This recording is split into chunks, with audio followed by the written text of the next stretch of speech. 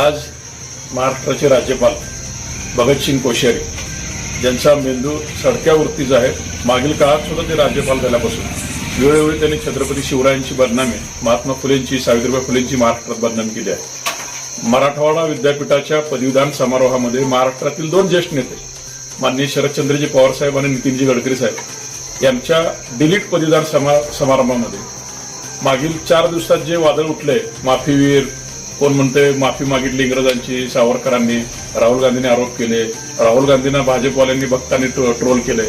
आम्हाला त्यांच्याशी काय घेणं देणं नाहीये, पण त्या वादाला कुठेतरी कलाटणी देण्याचं काम हे राज्यपाल करत आहेत। हा महाराष्ट्रद्रोह आहे, हा शिवद्रोह आहे। या राज्यपालांची माननीय मुख्यमंत्री एकनाथजी शिंदे साहेब, उपमुख्यमंत्री देवेंद्रजी फडणवीस यांनी तातडीने या महाराष्ट्रातून हकालपट्टी केली पाहिजे। काळावर औषधाने इलाज असलेलं या देशाचं आराध्य दैवत छत्रपती शिवरायांबद्दल जर असे चुकीचे वक्तव्य महाराष्ट्रात कोण करत असेल तर त्याचा सकल मराठा समाज सोलापूर जिल्ह्याच्या वतीनं मी तीव्र शब्दात धिक्कार व्यक्त करतो व माननीय मुख्यमंत्र्यांकडे मागणी करतो की आपण तातडीने या शिवद्रोही, महाराष्ट्रद्रोही राज्यपालांची महाराष्ट्रातून हकालपट्टी करावी। जय जिजाऊ, जय शिवराय।